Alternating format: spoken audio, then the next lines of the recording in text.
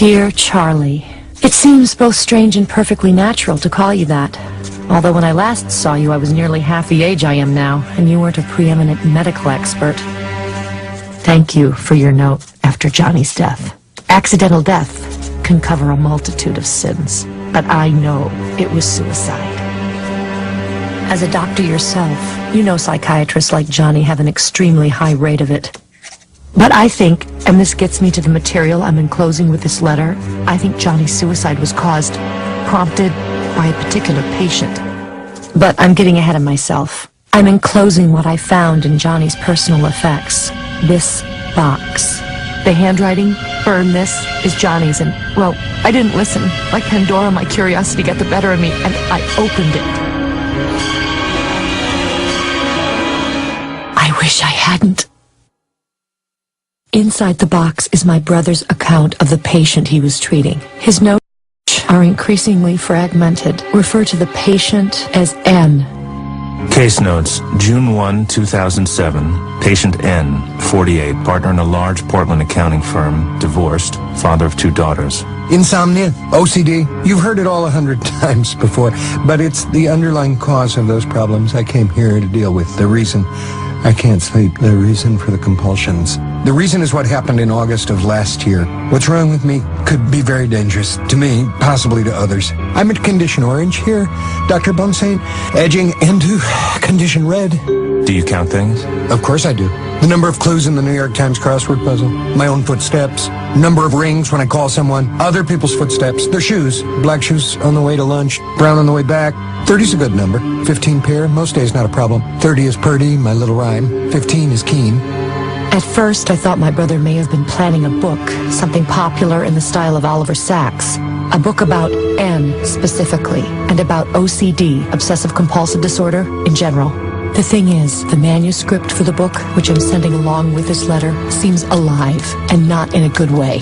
I know the places that are mentioned. You will too. For example, the field N speaks of must have been close to where we went to school as children. This field, Ackerman's Field, it's also close. A little too close for comfort, perhaps, to the bridge where Johnny committed suicide.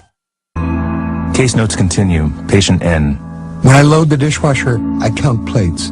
If there's an even number above 10 in there, all is well. And if not? I add the correct number of clean ones to make it right. Right. Because anything else would disturb the order of the world. The order of the world is already disturbed. I disturbed it last summer. I disturbed it 10 months ago when I went to Ackerman's Field. Only I didn't understand then. Not then. I can't fix it, but I might be able to do that. I have been doing it. By counting things? Yes, but also by touching them. And placing? I knew you understood.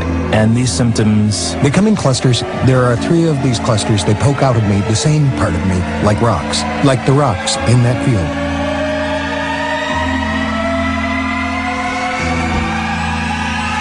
There, that makes it safe. It preserves the world. For now. Reality is a mystery, Dr. Bonsaint, and the everyday texture of things is the cloth we draw over it to mask its brightness and darkness. But there are places where the cloth gets ragged and reality is thin. Ackerman's Field is one of those places. Because when you walk up to the stones as I did, and you look at them, you can see the faces. Not human faces either, the faces of beasts and monsters. Or it could just be a trick of the light. I snapped some pictures, 5, a bad number, but I didn't know that yet. I stood back wanting to get all 7 stones in one picture, but when I framed the shot, I saw that there were really 8. 7 by the naked eye, 8 through the lens. I went from stone to stone, touching each one, counting each one. I had to. I knew that the way I know I have to keep breathing if I want to stay alive.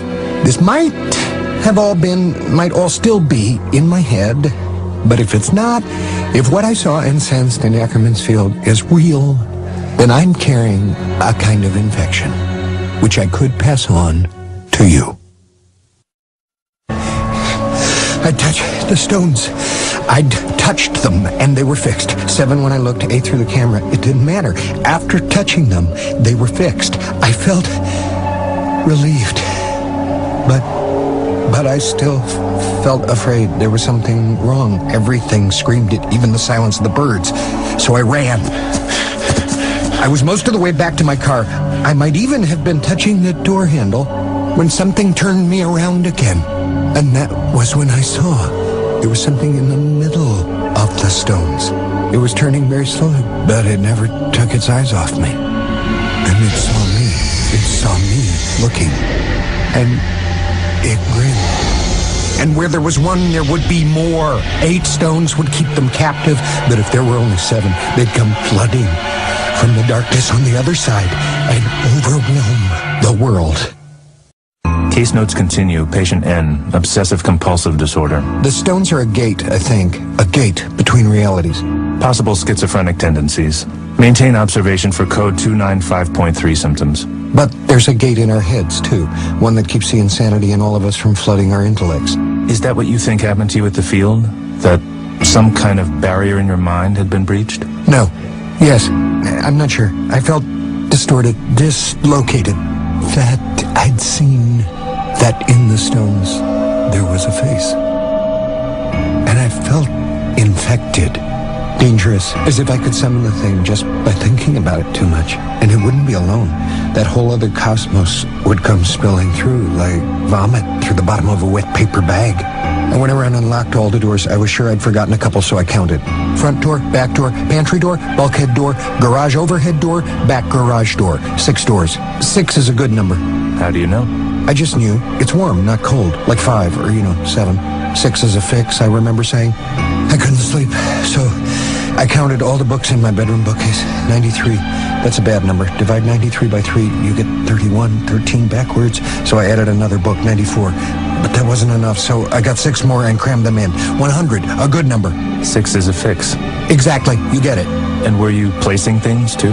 It started with just touching, but yes, always even numbers of things. Usually in a circle or on a diagonal. Circles and diagonals keep things out. Counting, touching, placing those things. It's a lot of work. A lot of responsibility. Case notes continue. Patient N. Today, N related how he got the photos he took at Ackerman's field back from the developer. He said that none of the photographs came out. So he rented a digital camera and went back to the field. Classic rationalization behavior. N wanted to return to the field and was looking for any excuse. But this time, the field was obstructed. Patient's compulsion to return to the field was so strong he was willing to risk arrest and prosecution. Classic OCD. Patient is convinced he saw something in the center of the stones. Quoting, "There was a faded place," unquote. Patient claims he felt that it seemed as if he could, quoting again, "punch out with one fist and tear right through the fabric of reality," unquote. At which point patient's delusions returned. Patient claims he heard something. He claims he heard that the stones spoke his name. So you heard your name? You make it sound like it was a trick of the wind? It wasn't. I heard my name because it was spoken. By the stones? No, not by the stones. By it. Whatever it was, grotesque, unnameable thing was, it knew my name. Did you take pictures this time? With the digital? I tried. The stones just fry the camera, but when I looked through the lens again, just like what happened before, through the lens, 7 stones become 8. You see, human eyes take away the 8th stone. A camera lens will put it back, but won't lock it in place. And without that 8th stone, without that final protection, 8 keeps it straight. Without it, it'll get through. What will? It. I'm not sure I understand. There need to be 8 stones to keep the monster away, but there are only 7. There are 7 by the naked eye, but lenses can see the 8th stone. I'm pretty sure a person could see it in a mirror, too, maybe even through a pane of glass. But there's no means of recording it, of making some kind of record of the 8th stone. Is that a polite way of saying I'm crazy?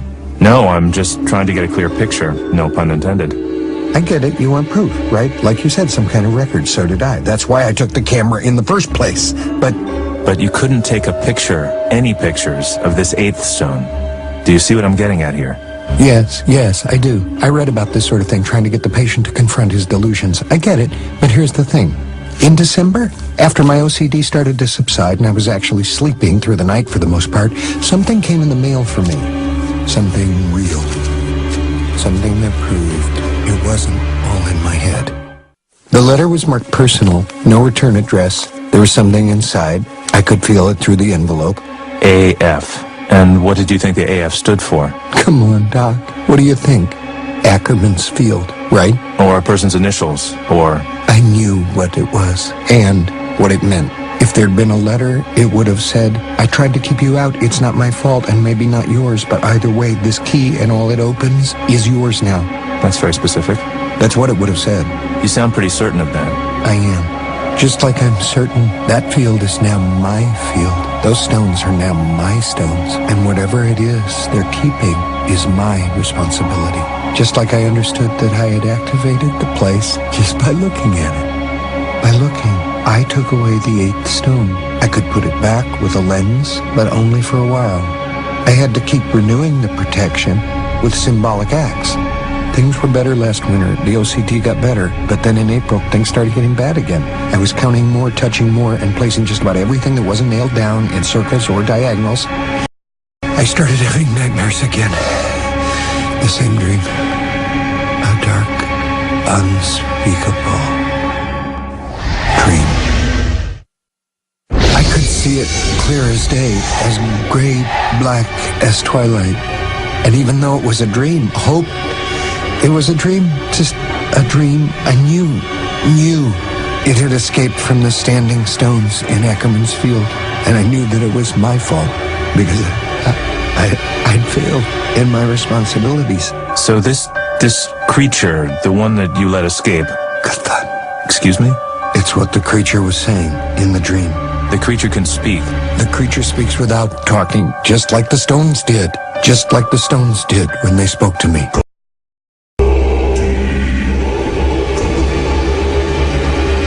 What did the stones say? Hand me your pad, Doc. I'll write it. If what I'm telling you is true and not just in my screwed up head, it's not safe to say the name aloud.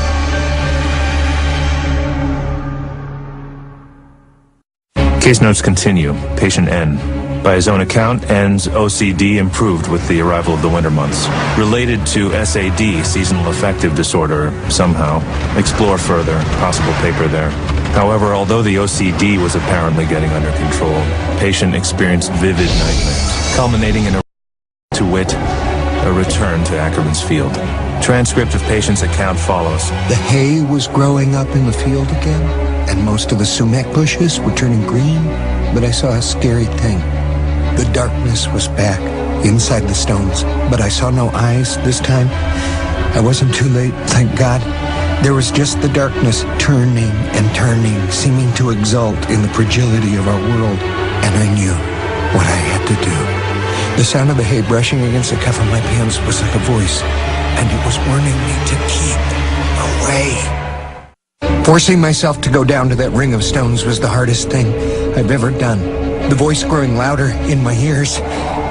The warning, keep away, getting more urgent. The air began to taste diseased. My skin began to thrum. But somehow I got there, and when I did, I knew what I had to do. 1, 2, 3, 4, don't come to my world anymore. 5, 6, 7, 8, because 8 keeps things straight. 2, 4, 6, 7, 8, just the evens, because evens are safe. Good numbers, safe.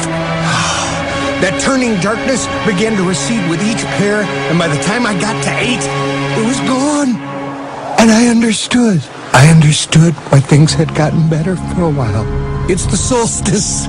You see the same patterns repeated all over the world. They're calendars. But not just for days and months, for times of greater and lesser danger. The darkness gathers and recedes, like the tide. The summer solstice is the point of highest danger, the winter, the lowest. I didn't get better in the winter. The darkness just went away. And whether it's real or all just a delusion, the work is just as hard.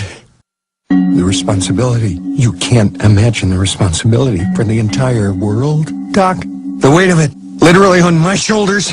It just feels that way. The work we have to do now is... At least I'll get a break come winter, if I make it that far. What do you mean?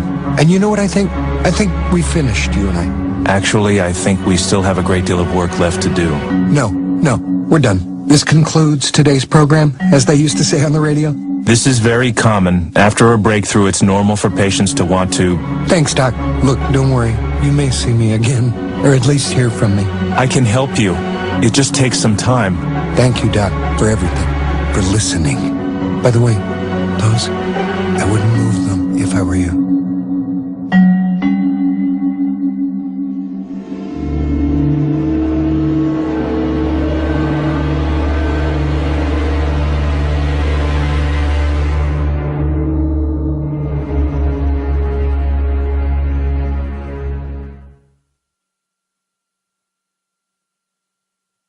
Now, I know what you're thinking, Charlie, and no, I don't think, not for a second, that Johnny committed suicide just because one of his patients did. But you knew there'd be a but, didn't you?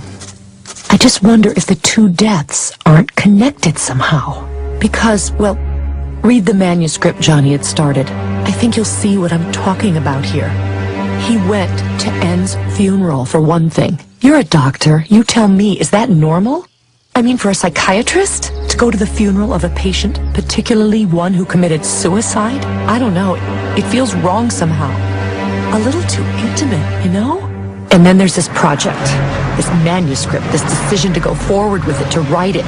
Okay, I know this is going to sound silly, or crazy, or both, but, well, if you can't confess a secret to a dear old friend, who can you confess to? I'm afraid that Johnny's decision to start the manuscript, to spend even one more second in N's head, I'm afraid that that's what contributed to Johnny's suicide. Can a research project lead to depression, to suicide? Probably not. Like I said, I know it sounds crazy, or silly, or both. Backtrailing a patient's mental illness to its source is never comfortable. But once I was there, at the literal ground zero of N's delusion, I was struck by the quiet power of the place. What caught my attention was the little cluster of sumac bushes, the same ones N described. They weren't dead, but the leaves were black, and they had no shape. They were ill-formed things, somehow hard to look at. They offended the order the eye expected. As fundamentally disturbing as that was, what I spotted next was even worse. It was 10 yards away and hidden by the bushes, but I knew instantly what it was, and that I'd made the wrong choice in coming here. There was something in the envelope. Of course there was. Why else go to the trouble of putting it in a baggie to keep it dry? Why go to the trouble of leaving the envelope at all? And I knew it for what it was, even before I tore open the envelope and dumped it into my hand. Sorry, Doc. 2 words, 3 counting N's name. Not a good number. I looked around. I don't know why. That's not true, I know why. I'd felt someone behind me. Kathan. And I decided that it was time to leave. That's enough. If something has mutated the trees, some environmental condition that's poisoned the ground, so be it. It doesn't matter. What matters is that there are 8 stones. There are 8. You have tested the world and found it as you hoped it would be. As it always was. Go back. Go back to your life. Go back while you still can. Go back while you still can. I felt an urge, a strong urge, one I'm ashamed to admit. Almost as much as I'm ashamed to admit I gave into it. I looked, and there were only 7 stones. Not 8 stones, 7. I counted them twice to make sure, and it did seem darker inside the stones, as if a cloud had passed over the sun. But it didn't look like a shadow. It looked like a particular darkness, as if it contained the 8th stone I saw when I'd arrived. I'd put the key in the envelope in my pocket, but I was still holding the baggie. Without really thinking about what I was doing, I raised it to my eyes, and 8 stones. Thank God. I lowered the baggie and looked at the stones dead on. Still 8. Solid as the foundation of the Taj Mahal. 8. I walked back to my car, successfully fighting the compulsion to take one more look. Why look again? 8 is 8. Let's get that straight. A little rhyme, just like N liked to do. But just because I had a moment of being like a child frightened by a ghost story, doesn't mean I've contracted N's affliction. I'm a psychiatrist, a PhD, and trained medical professional, and I'm here to tell you that mental illness can only be contracted genetically, if at all. I'm carrying a kind of infection, which I could pass on to you. I have decided against the article. Best to put the whole business of N behind me. I've thrown the key away. The article remains abandoned. However, I see no reason to discontinue writing down my thoughts and observations as a kind of journal. Fished the key out of the trash this morning. It's just a key. All right, yes, I admit it. I have been counting a few things and making sure there are even numbers around me. Paper clips, pencils in the jar. Doing this is strangely soothing. I have caught N's cold for sure. Something is wrong out there. The eighth stone is weakening. Counting helps but does not fix the basic problem. This must end. I'm going out there. I'm going back.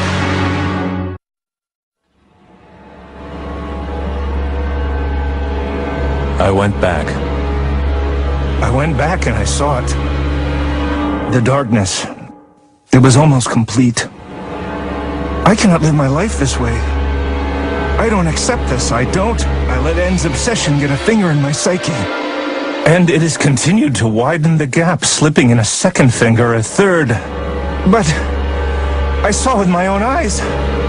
I saw the three-lobed eye N spoke of. It belonged to nothing from this world. There is a world behind this world, filled with monsters.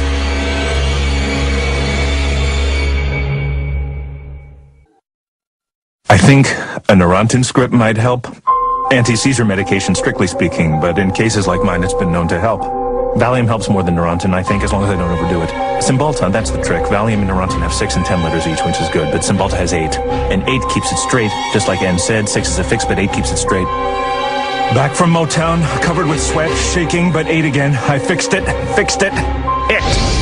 It was trying to eat its way through, but I was just in time. It was on the verge of getting out. The protections only hold so long. One thing, if I kill myself, the torment ends. I cannot live this way. The darkness gathers and recedes,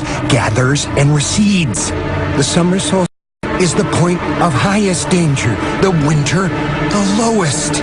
I didn't get better in the winter. The darkness just went away. Better lately. My ideas seem more my own. Today the field was silent. The hay dead. The trees at the foot of the slope bare.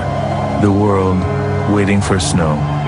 You're back. That's good. I was worried about you. I had a sort of crisis this summer and fall. A crisis of spirit. But I'm better now.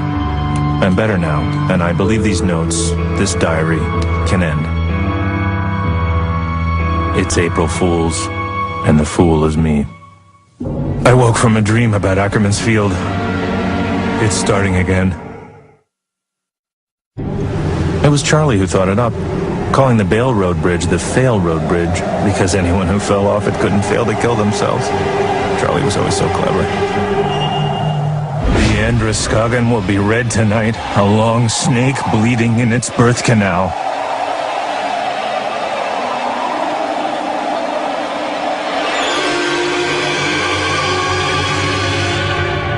Nick's picks and Mott and Sticks. Those stones don't photograph, and was right about that much anyway. Each deeper than the last. This is the design all the earth proclaims. 8 is fate and keeps the world straight. Good deal for the world. Not such a good deal for Dr. Bonsaint. Charlie was always so clever.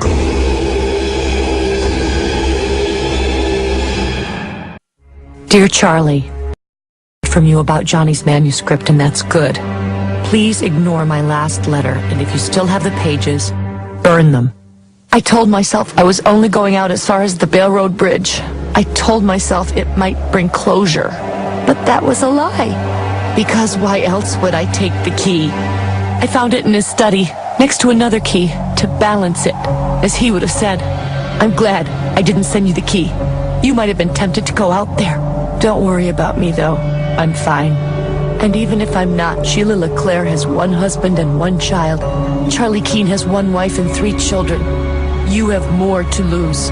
Under no circumstance come back here. There's nothing out there, just some rocks.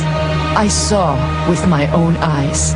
I swear there's nothing out there. So stay away.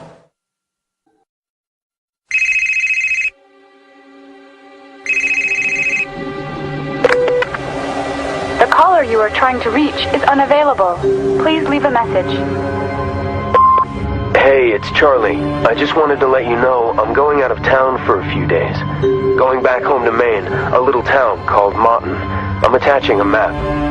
The reason is I think there's a story here, this double suicide, brother and sister. Here are some photos.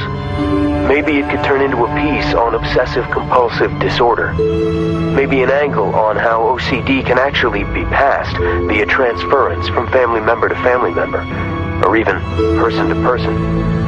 I'll tell you, the idea of that kind of scares the crap out of me.